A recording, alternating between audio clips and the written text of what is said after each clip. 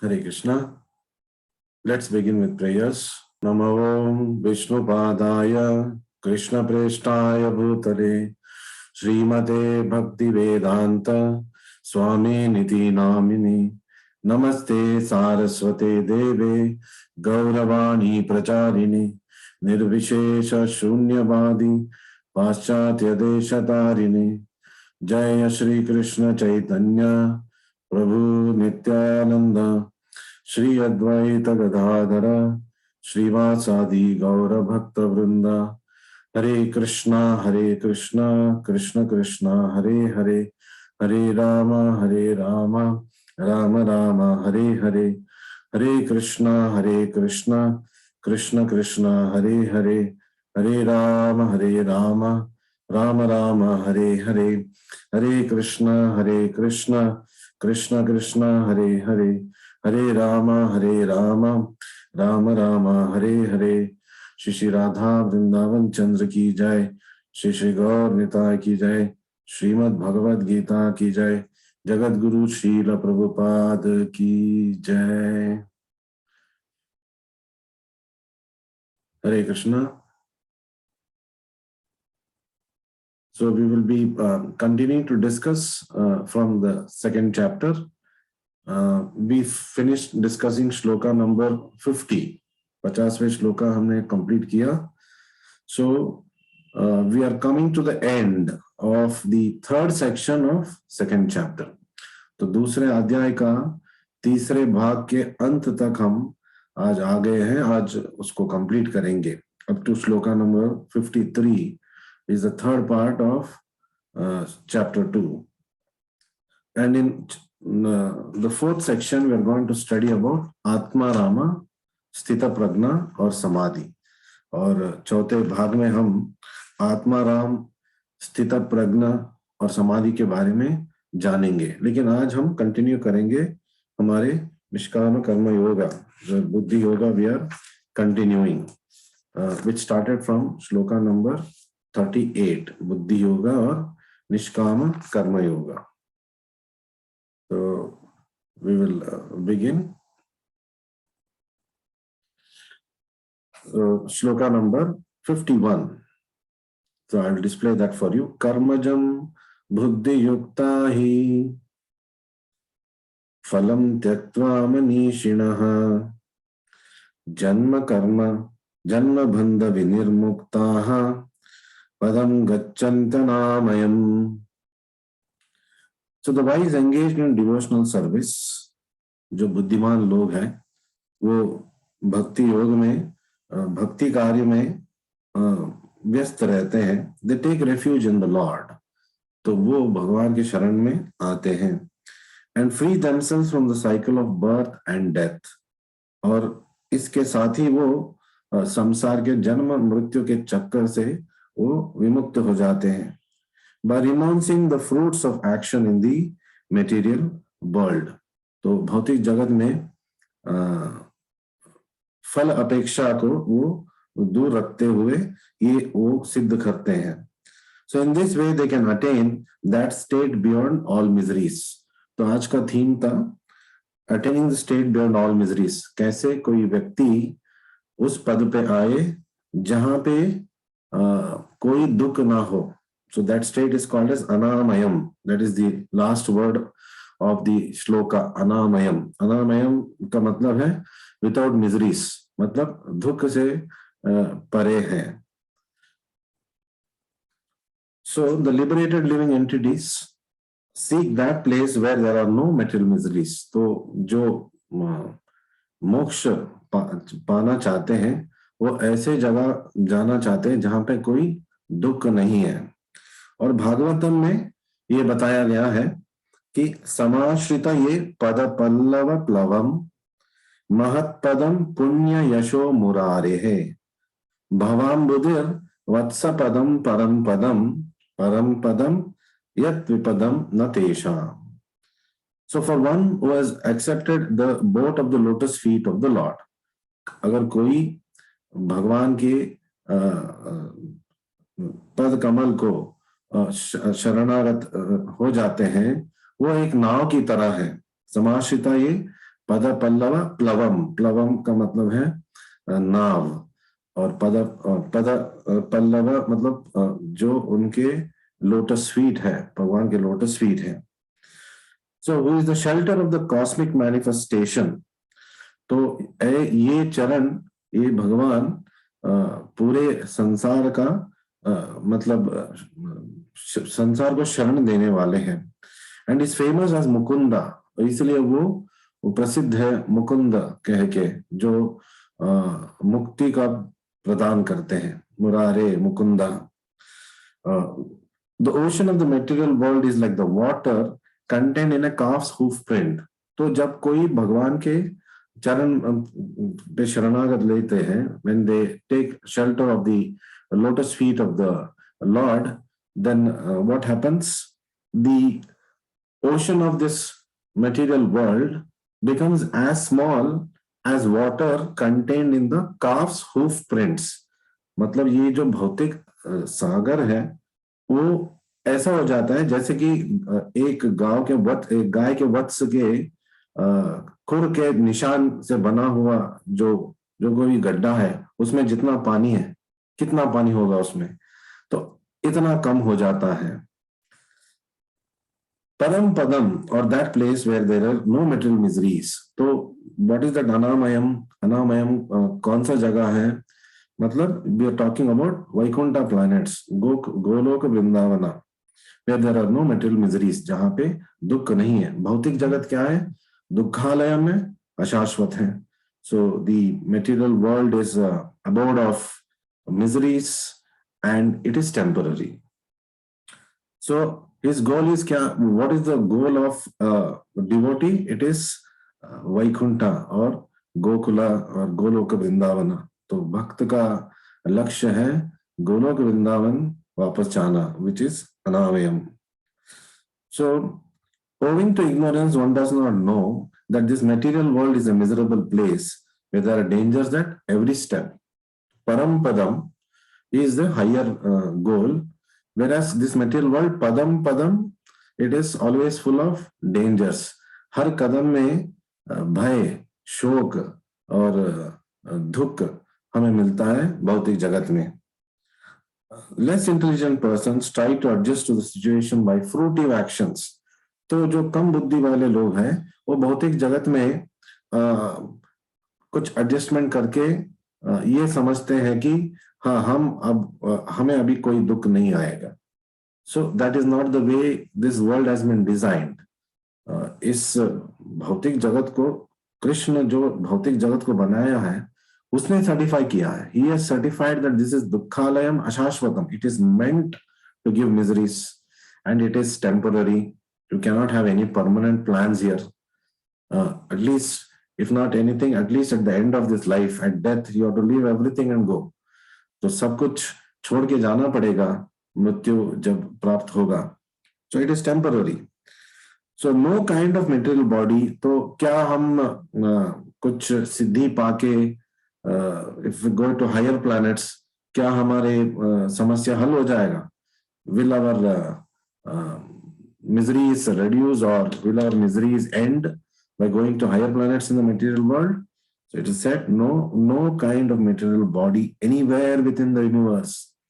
कोई भी भौतिक जो योनि में हम अगर आश्रय लेंगे, it cannot give life without miseries। तो दुख तो हर लोक में भी है, स्वर्ग लोक में भी है, मात्रा में कम हो सकता है लेकिन दुख तो है। ब्रह्म लोक में भी है, मात्रा में बहुत कम हो सकता है लेकिन दुख तो है। तो in all the 14 planetary systems of the material world, there is always going to be misery। So if you want to get out of this miseries, then we must try to attain the higher planet, the highest planet, that is Goloka Vrindavana। But one who understanding that his position is to serve, अगर कोई ये उसको समझ में आ गया कि मेरा स्थिति है मुझे सेवा करना है, transfers himself to the service of the Lord, और सेवा तो करना है तो क्यों ना मैं भगवान की ही सेवा कर लूं। If I have to anyway serve and that is my position, why not serve the Supreme Lord himself? and at once becomes eligible for Vaikuntha Loka. तो ये करने से तुरंत वो वैकुंठ लोक जाने के लिए मतलब सक्षम हो जाता है. How is this possible? Because Krishna is telling in 4th chapter, 9th shloka, he himself declares that Janma Karma Chame Divyam Evam Yo Veti Tattvataha Tyaktva Deham Punarjanma Na Eti Mam Eti So Arjuna. Krishna भगवान बता रहे 4th chapter में कि just by knowing his transcendental nature and activity, all his activities are transcendental, a person can get liberated. So that's why very important to listen to Krishna Katha. केवल श्रवण करने मात्र से हम भगवत धाम जा सकते. Just by hearing about Krishna, Krishna's pastimes and Krishna's names, that is by chanting Hare Krishna mantra, simply by chanting Hare Krishna mantra, reading Krishna Katha, and attending to lectures of Bhagavad Gita, Krishna and Krishna related lectures given by devotees, simply by hearing, we can go back to Godhead, we can go back to the Vaikuntha planets, the highest Vaikuntha planet, Goloka Vrindavana. Service for the cause of the Lord is called Karma Yoga. So Karma Yoga, what is finally Karma Yoga? Not karma. Karma is activity. Karma Yoga means union of Atma Paramatma in activity. So what is that? Service for the cause of the Lord. जब हम भगवान की सेवा में जुड़ जाते हैं, ये कर्म योग है. And another name for it is Buddhi Yoga. So why is it called Buddhi Yoga? Buddhi Yoga here means trained intelligence. जो जिसको मतलब एक ट्रेनिंग प्रोसीजर से लेके जाके बुद्धि को हम जब तराशते हैं, that is called Buddhi Yoga. That is trained intelligence. It is same as Bhakti Yoga. What is the training? The training is to remain in Krishna consciousness, how to remain in Krishna consciousness, how to be Krishna conscious, and how to serve the Supreme Lord. कैसे हम कृष्ण भावनामृत स्थिति में रहे, कैसे हम अपने आध्यात्मिक जीवन में आगे बढ़े और भगवान की सेवा हम कर सके. This is buddhi yoga. और in plain words, devotional service to the Lord. बुद्धि योग का मतलब क्या है? भगवान की सेवा. That is the final conclusion of what buddhi yoga is. So, Krishna is concluding in the next shloka. I'll display that for you. Shloka number 52. I hope all of you have Bhagavad Gita as it is with you. It becomes easier. Yes, I do display it here. यहाँ पे तो display होता है, लेकिन आप अपने पास Bhagavad Gita as it is यथारूप रखेंगे तो और आसान हो जाएगा. So the 51st shloka was about attaining the state beyond all miseries. कैसे हम सारे दुखों से परे होके एक स्थिति में पहुंच सकते हैं, उस प्रोसीजर को यहाँ पे दर्शाया गया था. So in 52 what we are going to learn, we are going to learn how this material world is like a forest of illusion. Moha Kalilam. So we'll read. Yada te moha kalilam buddhir vyatitarashyati tada gantasi nirvedam shrotavyasya shrutasya cha. So Krishna is telling here, Krishna Bhagavan यहाँ पे बता रहे हैं, when your intelligence has passed out of dense forest of delusion, यदाते मोह कलिलम बुद्धिर व्यतितरिष्यति. जब आपके बुद्धि पार कर देगा इस मोह कलिला, मतलब ये घने जो जंगल है अज्ञान का, मोह का, मतलब भौतिक जगत का, जब हम त्याग करके आगे बढ़ेंगे, यू शैल बिकम इनडिफरेंट. तदा गंतासि निर्वेदम. For to all that has been heard and all that is to be heard. श्रोतव्यस्य श्रुतस्य च. तो जो भी आपने सुना है अभी तक वेदों के बारे में, वेद के उपन्यास में, और आगे भी कुछ जो आप सुनेंगे, उससे भी आप आगे निकल जाएंगे. So basically, what is this shloka telling us? Basically, this shloka is telling us about how to go ahead, how to go beyond the Vedas.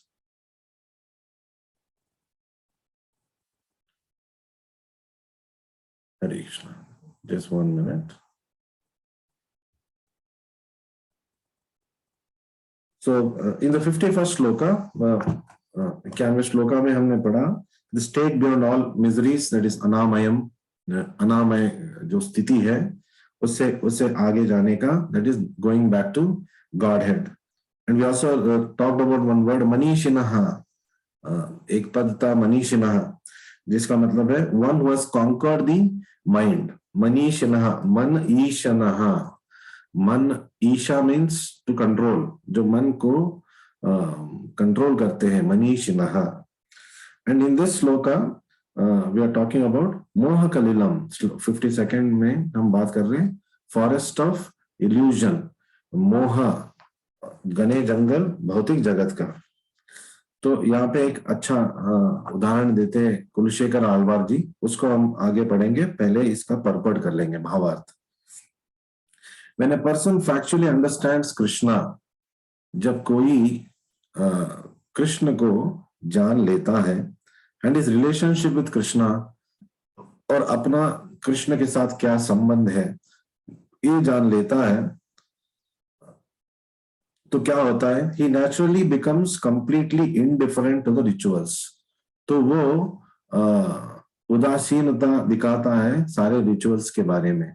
जो वेद ग्रंथ में फ्लवरी लैंग्वेजेस, त्रैगुण्य विषया वेद निष्त्रैगुण्य भवार्जुन, कृष्णा हैज टोल्ड अर्जुना कि आप निष्त्रैगुण्य बन जाइए, तो इस त्रिगुणों को त्याग दीजिए, उससे आगे जाइए. वेद आपको त्रिगुण में रहने के लिए सिखाता है, लेकिन आपको भक्ति में आगे बढ़ना है और आप त्रिगुण को पार करना है. So here Krishna is telling how somebody can get out of this. What is the result of getting out of this moha kalila? So in the same breath, Madhavendra Puri, एक महान जो भक्त है हमारे परंपरा में जो आते हैं, Madhavendra Puri, a great devotee in our line and acharya in the line of devotees, he has said, संध्या वंदना भद्रमस्तु भवतो भो स्नान तुभ्यम नमो भो देव पितरश्च तर्पण विधौ नाहम क्षम क्षमयताम यत्र क्व अपि निषद्य यादव कुलोत्तमस्य कंसद्विषा स्मारं स्मारं अगम हरामि तदलम मन्ये किम अन्येन मे. बहुत ही सुंदर तरीके से, very nicely Madhavendra Puri is summarizing why we require any rituals when we have taken shelter of Krishna. क्यों हमें और कुछ चाहिए जब हमने कृष्ण का पाद का शरण ले लिया है. So he says, oh Lord, in my prayers 3 times a day, मेरे संध्या काल के प्रार्थना में संध्या वंदना भद्रमस्तु, ऑल ग्लोरी टू यू, भद्रमस्तु, ठीक है, ये अच्छा है संध्या वंदन. Bathing I offer my obeisances unto you भवतो भो स्नान तुभ्यम नमो, स्नान करते हुए आपको मैं नमन करूंगा. ओ डेमीगॉड्स, ओ फोरफादर्स, भो देवा पितरस, now please excuse me for my inability to offer you my respects. बोलते हैं प्लीज आप मुझे क्षमा कर दीजिए. तर्पण विदो न अहम क्षम क्षमयताम, मेरे पास क्षमता नहीं है आपको तर्पण देने का, तो आप मुझे माफ कर दीजिए. नो वेरेवर आई सिट, क्यों मैं नहीं कर पा रहा हूं, why am I not able to do it.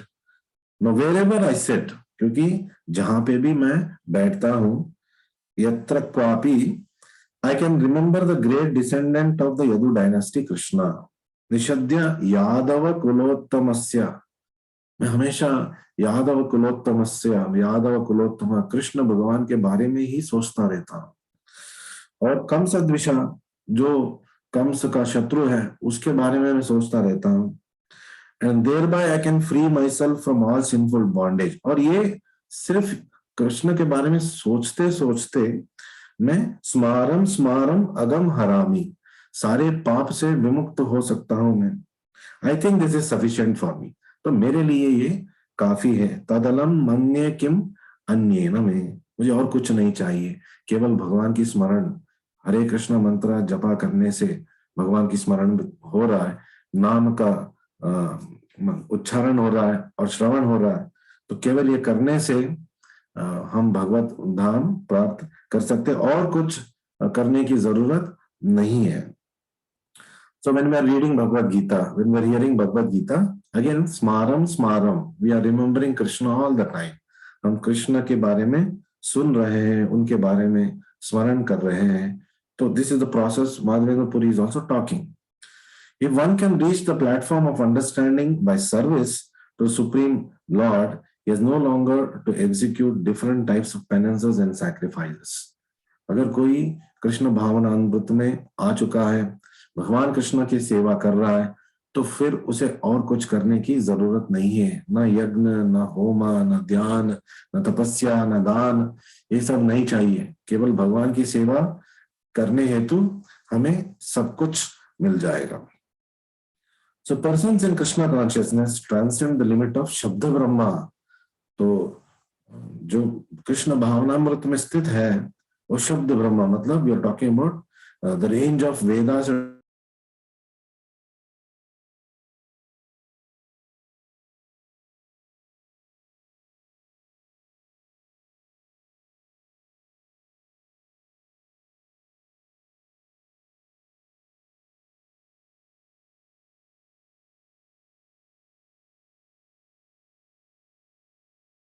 Krishna आगे बढ़ेंगे. I was talking about what Kulashekar Alvar has said about this particular shloka related to shloka number 52. So he said, religious rituals without remembering of Krishna is useless. अगर हम कोई भी कार्य कर रहे हैं, कोई भी आध्यात्मिक कार्य भी कर रहे हैं, लेकिन कृष्णा के बारे में हम नहीं सोच रहे हैं, we are not remembering Krishna, स्मरण नहीं हो रहा है कृष्णा का, तो वो मतलब यूजलेस है, कोई काम का नहीं है. सो ही कंपेयर्स इट टू अरण्य रुदितम. अरण्य रुदितम मतलब घने जंगल में अगर हम अकेले हैं और हम रो रहे हैं, तो सुनने वाला तो कोई है ही नहीं, तो मतलब वो निष्फल हो जाएगा, वो रोने का कोई फायदा है नहीं. तो अगर हम कोई भी कार्य कर रहे हैं, आध्यात्मिक या भौतिक, अगर भगवान की स्मरण नहीं हो रहा है, तो वो कार्य कुलशेखर आलवार ने बता रहे हैं, he is telling that it is useless, वो निष्फल है, कोई काम का है नहीं. So Krishna is the destroyer of all sins. So we have learned here that स्मारम स्मारम अगम हरामी, उसके नाम के जब उसके नाम जपा हम करते हैं, there is no difference between his name and himself. Krishna और कृष्ण के नाम अलग अलग नहीं है, वो स्वयं कृष्ण है, कृष्ण का नाम भी. So when we are chanting Hare Krishna mantra, we are actually connected with the Supreme Lord himself. So all sins will be removed. अगम हरामी, हर जाता है सारे जो अगम मतलब पाप. So we'll move ahead with shloka number 53. I will display that to you. Shruti vipradipanna te. Let me display so that it becomes easy. Shruti vipradipanna te yada stasyati nischala samadhav achala buddhis tada yogam avapsyasi.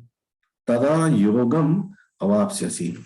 You will have attained divine consciousness. So in this shloka, Krishna is teaching us how we can attain divine consciousness. कैसे हम आध्यात्मिक मनोबुद्धि कैसे हम पा सकते हैं, आध्यात्मिक स्तर पे कैसे हम पहुंच सकते हैं, हमारे कॉन्शियसनेस, हमारे जो आत्मबल है, हमारा जो आत्मा है, हमारा जो चेतना है, कैसे आध्यात्मिक स्तर पे स्थिर हो जाए. So when your mind is no longer disturbed by flowery language of the Vedas, फिर से आ गया flowery language of Vedas. So Krishna is telling, Krishna बता रहे हैं कि वेद के जो बातें हैं, आपको बहलाने वाली बातें हैं, उससे जब आप विचलित नहीं होंगे, आपका मन विचलित नहीं होगा, And when it remains fixed in the trance of self-realization, जब वो आत्म ज्ञान में स्थित हो जाएगा, then you will have attained divine consciousness. तब आप दिव्य चेतना पा चुके होंगे. तो दिव्य चेतना कैसे पाएंगे? When we remain fixed in self-realization, आत्मा के ज्ञान में जब हम स्थिर हैं. और आत्मा के ज्ञान में जब कैसे हम स्थिर हो सकते हैं? Going backward, and the mind is not disturbed by flowery language of Vedas. जब हमारे मन वेद में दिए गए बातें, मतलब जो उकसाता है कि आप ये यज्ञ करो तो आपको ये मिलेगा, आप वो यज्ञ करो तो आपको ये मिलेगा, आप इतना दान देंगे तो आपको ये मिलेगा, आप इस देवता का पूजा करेंगे तो ये मिलेगा. So many procedures are explained in the Vedas. So Krishna is telling you must go beyond that. So in the previous sloka he said going beyond the Vedas. And going beyond the Vedas, what we can achieve? We can achieve self-realization. आत्मज्ञान प्राप्त होगा. आत्मज्ञान प्राप्त होगा तो क्या होगा? तो हमारे जो स्थिति है, it is called divine, we would have attained divine consciousness. एक दिव्य चेतना की स्थिति में हम रह सकते हैं. So what is Krishna telling here? If you see here in the shloka, the third line, samadha achala buddhi. So we are always talking about mind control. हमें मन को निग्रहण में रखना चाहिए. बट कृष्णा तो यहाँ पे बोल रहा है आपको अचल बुद्धि होना चाहिए. इज नॉट टेलिंग अचल मना. अचल मना नहीं बोल रहा है. भगवान बोल रहे अचल बुद्धि. Why is he talking about fixed intelligence and not a fixed mind when we actually have to control the mind? So because our mind becomes deluded because our intelligence is deluded. Why हमारे मन अस्थिर क्यों हो जाता है? क्योंकि हमारा बुद्धि अस्थिर है. अज्ञान के कारण मोह में आते हम और मन इधर उधर भटकता है. और जब हम ज्ञान प्राप्त करेंगे तो मन को नियंत्रण में वो बुद्धि से हम ऑटोमेटिकली रख सकते हैं. We can automatically control the mind by keeping the intelligence fixed. We will further study that. Once intelligence is firmly fixed, then mind will not be able to shake us. जब बुद्धि स्थिर हो जाता है तो मन इधर उधर नहीं भटकेगा. So this is the way to control the mind with intelligence. With what intelligence? Trained intelligence.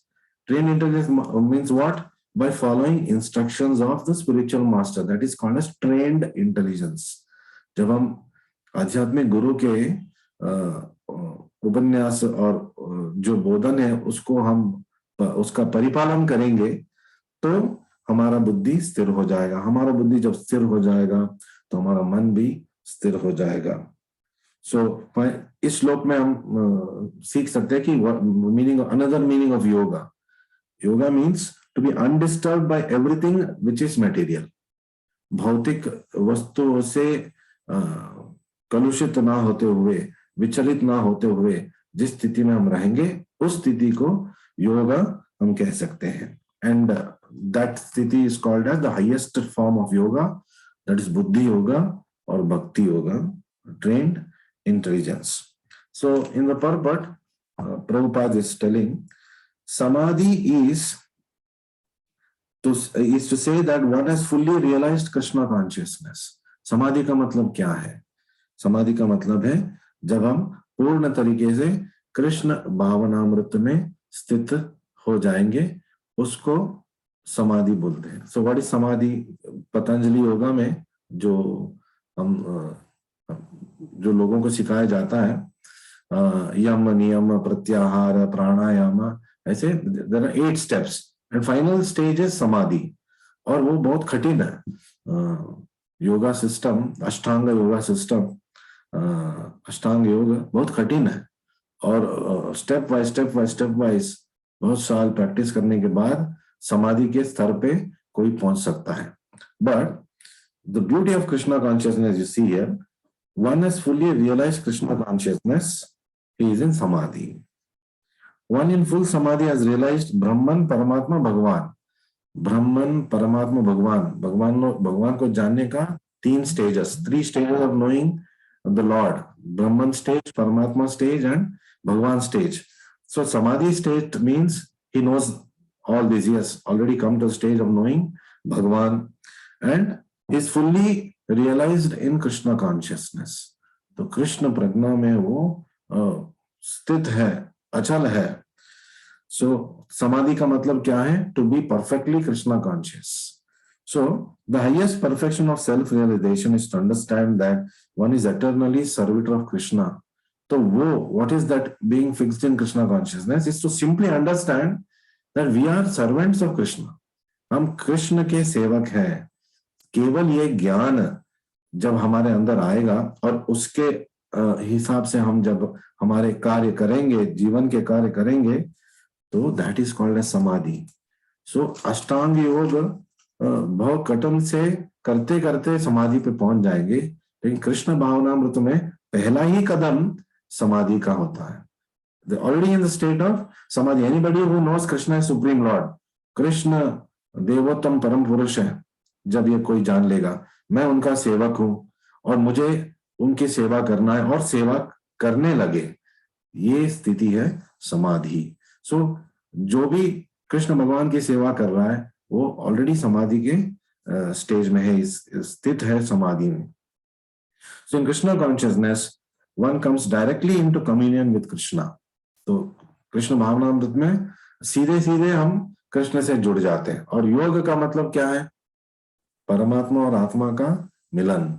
और कृष्ण भावनामृत कार्य जब हम करते हैं, सेवा करते हैं, तो हम भगवान से ऑलरेडी जुड़ चुके हैं, already connected with the lord. One has only to carry out the orders of Krishna और हिज रिप्रेजेंटेटिव स्पिरिचुअल मास्टर. तो कृष्ण भावनामृत में कैसे हम स्थित हो सकते हैं? आध्यात्मिक गुरु के उपदेशों को परिपालन करना, केवल ये करने से हमारा बुद्धि स्थिर हो जाएगा, हम कृष्ण भावनामृत में स्थिर हो जाएंगे, समाधि में हमेशा हम रहेंगे. So this is the purpose of today's, the theme of today's session, attaining divine consciousness. So up to 53, जैसे कि मैंने बताया, श्लोका नंबर 53 तक we were talking about buddhi yoga. So now we entered the last shlokas, 54 to 72. The last shlokas, they talk about Atma Rama stage, Sthita Prajna stage और समाधि stage. What is that समाधि?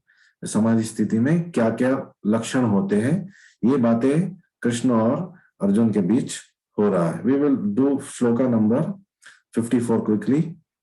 Arjuna vacha, because this is the question that Arjuna is asking. Sthita pragnasya ka bhasha samadhistasya keshava sthitadhi kim prabhasheta kimasita vrajeta kim. So basically Arjuna wants to know what are the symptoms of a sthita prajna. आप बता रहे थे स्थिता प्रज्ञा के बारे में, तो स्थिता प्रज्ञा का लक्षण क्या है आप मुझे बताइए. What are the symptoms of one whose consciousness is thus merged in transcendence? Sthita pragnasya ka bhasha. How does he speak? Ka bhasha. What is his language? That is, we're talking samadhistasya keshava. Uska ka bhasha. Then, how does he sit? Sthitadi kim.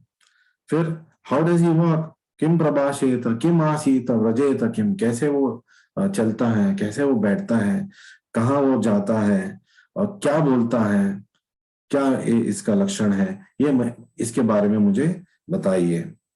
So one who is Krishna conscious has his particular nature. जैसे कि हर व्यक्ति का स्वभाव होता है, हर स्थिति में एक स्वभाव होता है. जब कृष्ण भावनामृत में, कृष्ण प्रज्ञा में हम रहेंगे, कोई भी रहेगा, उसका एक लक्षण होता है, सिम्टम्स. जैसे कि डॉक्टर रोग को सिम्टम्स से जान लेता है, डॉक्टर रोग को लक्षणों से जान लेता है, वैसे ही स्थित प्रज्ञ आदमी को या स्थित प्रज्ञ व्यक्ति को हम उसके लक्षण से हम जान सकते. That is what Arjun is asking. So man in transcendental consciousness of Krishna has specific symptoms. तो उसका एक स्पेशल सिम्टम्स होता है, जो प्रत्येक लक्षण होता है, उसके बारे में आप मुझे बताइए. कृष्ण को अर्जुन पूछ रहा है. One can know specific symptoms from Bhagavad Gita. और ये हमें जानने के लिए और कहीं जाने की जरूरत नहीं है. भगवत गीता में और आगे हम देखेंगे कि इस लक्षण के बारे में कृष्ण बहुत ही विस्तार से बात करते हैं. Very elaborately he talks. And speech is the most important quality of any man. See, kim prabhasheta, क्या का भाषा. He's talking, अर्जुन बता रहे क्या बात करते हैं, क्या उनका लैंग्वेज है. Why? Because speech is the most important quality of any man. जो वाणी है वो एक आदमी का क्या बोलते हैं, व्यक्तित्व का दर्शाता है. A fool is undiscovered as long as he does not speak. कोई मूर्ख है जब तक हमें पता नहीं चलेगा, जब तक वो मुंह ना खोल ले. वो मुंह खोल के कुछ बात करेगा, पता चल जाएगा कि अरे ये तो मूर्ख है. So the immediate symptom of a Krishna conscious man is that he speaks only of Krishna and of matters relating to him. तो कैसे हम पता है कि ये कृष्ण भावनामृत में कोई स्थित है, वो केवल कृष्ण के बारे में बात करता है, कृष्ण के संबंध विषयों के बारे में सिर्फ वो बात करता है और कुछ बातें नहीं करता. ऐसे व्यक्ति आप बोल सकते हैं is perfectly situated in Krishna consciousness. So I just take up what are the three things that we can learn from Bhagavad Gita at this stage, especially from chapter 2. दूसरे अध्याय से हम क्या सीख सकते हैं, क्या तीन चीजें हम सीख सकते हैं. First thing is what is the foundation of spiritual life. आध्यात्मिक जीवन का नींव क्या है. From shloka number 11 to 30 we spoke about foundation of spiritual life. क्या जानने से हमारा नींव मजबूत हो जाएगा. देन श्लोका नंबर 31 to 53, जो 31 से जो आज हमने कंप्लीट किया 53. तो what are we learning. When a person knows his soul, जब कोई जान लेता है कि वो आत्मा है एंड नॉट बॉडी, वो इस देह नहीं है, then how he leads his life, कैसे वो अपने जीवन को व्यतीत करता है, इसके बारे में हमको जानकारी मिला इस सेक्शन में. And how his life changes, कैसे उसका जीवन बदल जाता है, उसका दृष्टिकोण बदल जाता है. And in the next section 54 to 72 which we are going to do next, what we are going to learn, one who realizes the self or Bhagavan, what is his lifestyle, किम आसीता, किम प्रवेश, किम व्रजेता, का भाषा प्रभाषेता. तो उनका लक्षण क्या है, ये हम, उसका जीवन शैली क्या है, ये हम जानेंगे आगे की श्लोका में. सो एक प्रश्न आया था, तो किसी ने पूछा, why are religious practitioners sometimes fanatical. कभी कभी उग्रवाद की तरफ क्यों आध्यात्मिक व्यक्ति पहुंच जाता है, जैसे कि जिहादी, जो why they become jihadis, extremist. Answer is they are obsessed with the externals of the religion without understanding the internals.